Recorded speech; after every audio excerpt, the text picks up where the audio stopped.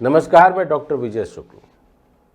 सतलुज के किनारे बसे रामपुर बुशहर का लवी मेला 4 सदियों से पहाड़ की सांसों में बसा हुआ है।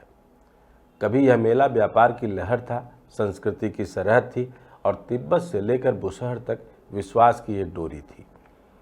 17वीं सदी के उत्तरार्ध में जब बुशहर रियासत के राजा केहरी सिंह ने तिब्बत के साथ व्यापारिक संधि की, तब यह सिर्फ सौदे की बात नहीं रही होगी, यह सभ्यताओं का मिलन था। उस समझौते में तय हुआ था कि दोनों तरफ के व्यापारी बिना चुंगी और कर के आ जा सकेंगे, यानी फ्री ट्रेड एग्रीमेंट उस जमाने में हुआ था, लगभग 400 साल पहले। इसी संधि की याद में जब साल में एक बार रामपुर में मेला लगा तो उसका नाम पड़ा लवी। लोई या ऊन से जुड़ा हुआ वह शब्द जो इस धरती पर मेहनत, विनिमय और ईमान की गंध बन गया। तिब्बती व्यापारी ऊन, याक और नमक लेकर आते और हिमाचल के व्यापारी बदले में चावल, गुड़, घी, तेल और कपड़े देते। घाटी में व्यापार ही धर्म था और मेला उसका उत्सव। 18वीं और 19वीं शताब्दी में लवी मेला हिमालय के व्यापारिक स्वर्णयुग का केंद्र बन गया। किन्नौर, लाहौल, स्पीति और तिब्बत तक से काफिले उतरते। ब्रिटिश यात्रियों ने अपने यात्रा कथाओं में लिखा है कि wool and horse fair of the Himalayas. उस समय बुशहर राज्य ने 1847 में रास्ता कर यानी ट्रांजिट ड्यूटी खत्म कर दी थी ताकि व्यापार निर्बाध रहे। यह वह दौर था जब सरकारें राजस्व से ज़्यादा रिश्तों में भरोसा करती थी। मेले के भीतर जरूरी रियासती अनुमति और स्थान शुल्क जैसी व्यवस्थाएं थी, लेकिन किसी व्यापारी के लिए यह कर नहीं, सम्मान का हिस्सा था। इस मेले में हर सौदा संस्कृति का आदान प्रदान था, हर ऊन की गांठ में भरोसा, हर घोड़े की लगाम में विश्वास। फिर आया अंग्रेजों का दौर। बुशहर रियासत अर्ध स्वायत्त रही, लेकिन लवी मेला प्रशासनिक ढांचे में बंद गया था। दीवान और मुंशी कर वसूली और लाइसेंस की निगरानी करने लगे। ऊन, लकड़ी और पश्मीना के साथ साथ अब कर व्यवस्था का दस्तावेज भी मेले का हिस्सा हो गया। व्यापार का स्वतंत्र संगीत कागजों में दर्ज होने लगा। फिर 1947 की आज़ादी आई, रियासतें खत्म हुई और लवी मेला हिमाचल का मेला बन गया। सीमाएं बंद हुई, तिब्बती व्यापार थम गया और जो मेला कभी अंतर्राष्ट्रीय वाणिज्य का प्रतीक था, वह धीरे धीरे पशु बाजार और हस्तशिल्प मेले में बदल गया। 1962 के भारत चीन युद्ध ने इस रास्ते की आखिरी सांस भी छीन ली। ऊन और याक की जगह अब स्थानीय लकड़ी के खिलौने, बर्तनों और ऊनी सालों के स्टॉल लगने लगे। परंपरा बची रही, लेकिन उद्देश्य खो गया। फिर 1983 में राजा वीरभद्र सिंह मुख्यमंत्री बने और बुशहर के वंशज होने के नाते उन्होंने इस मेले को फिर प्रतिष्ठा दिलाई।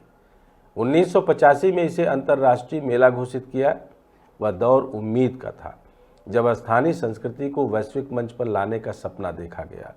कुछ वर्षों तक लवी मेला फिर चमका, रंगीन झंडों और देसी विदेशी कलाकारों के गीतों से।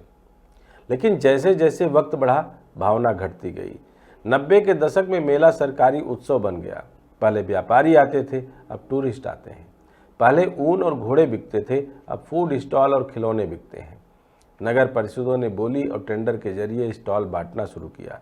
मैदान का हर कोना किसी अफसर या एजेंसी के नियंत्रण में चला गया। अब यहाँ मुनाफा नहीं, सिर्फ आयोजन है। पुराने व्यापारी कहते हैं, अब मेला नहीं, मंडी है, ग्राहक नहीं, कैमरे हैं। कोविड के बाद जब मेला फिर लौटा तो डिजिटल टिकट और ऑनलाइन प्रचार के साथ लौटा, लेकिन वह आत्मा गायब थी जो कभी तिब्बत से आती थी। आज अंतर्राष्ट्रीय लवी मेला के नाम पर सिर्फ सजावट बची है। प्रशासन ने इसे इतना नियंत्रित कर दिया कि व्यापारियों की जगह ठेकेदार बैठ गए और सांस्कृतिक पहचान की जगह प्रायोजकों के बैनर लटक गए। हिमाचल की देव संस्कृति और ग्राम्य परंपरा जो इस मेले का मूल थी, अब बैनर के पीछे छिपी रह गई है। जो मेला कभी दुनिया को सिखाता था कि व्यापार सिर्फ लाभ नहीं, आस्था भी होता है, वही मेला आज डोम और स्टॉल की बोली में बिक रहा है। राज्य की सत्ता और स्थानीय प्रशासन ने इसे अंतर्राष्ट्रीय से जिला स्तरीय बना दिया है। यह अब पर्यटन विभाग की फाइलों का हिस्सा है, न कि पहाड़ की आत्मा का। लवी मेले की गाथा हिमाचल के उस युग की कहानी है जब पहाड़ व्यापार नहीं, संस्कृति से चलते थे। यह मेला कभी देवभूमि का जीवंत बाजार था, जहां लोग सिर्फ माल नहीं, अपने विश्वास लेकर आते थे। आज वही बाजार स्टॉल नंबरों में बंट गया है। हमने अपने उत्सव की असली पहचान खोकर सजावट खरीद ली है। दुनिया कभी इस मेले से व्यापार की सादगी सीखती थी, अब हम ही उस सादगी को बिकते देख रहे हैं। लवी मेला आज भी लगता है, नगाड़े बजते हैं, झंडे लहराते हैं, लेकिन जो बात अब नहीं दिखती वह है भरोसे की वह रौनक जिसने कभी इस मेले को अंतर्राष्ट्रीय बनाया था।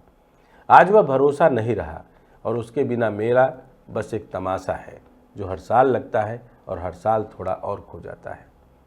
लेकिन इस समय रामपुर बुशहर की रियासत के वारिस राजा विक्रमादित्य को अगर अपने पिता राजा वीरभद्र सिंह की उस शुरुआत का, उस धमक का एहसास हो जाए तो शायद यह मेला वाकई अंतर्राष्ट्रीय बन जाए, क्योंकि यहाँ की रियासत के असली वारिस होने के कारण उनकी नैतिक और उनकी खानदानी जिम्मेदारी भी यही लवी मेला है।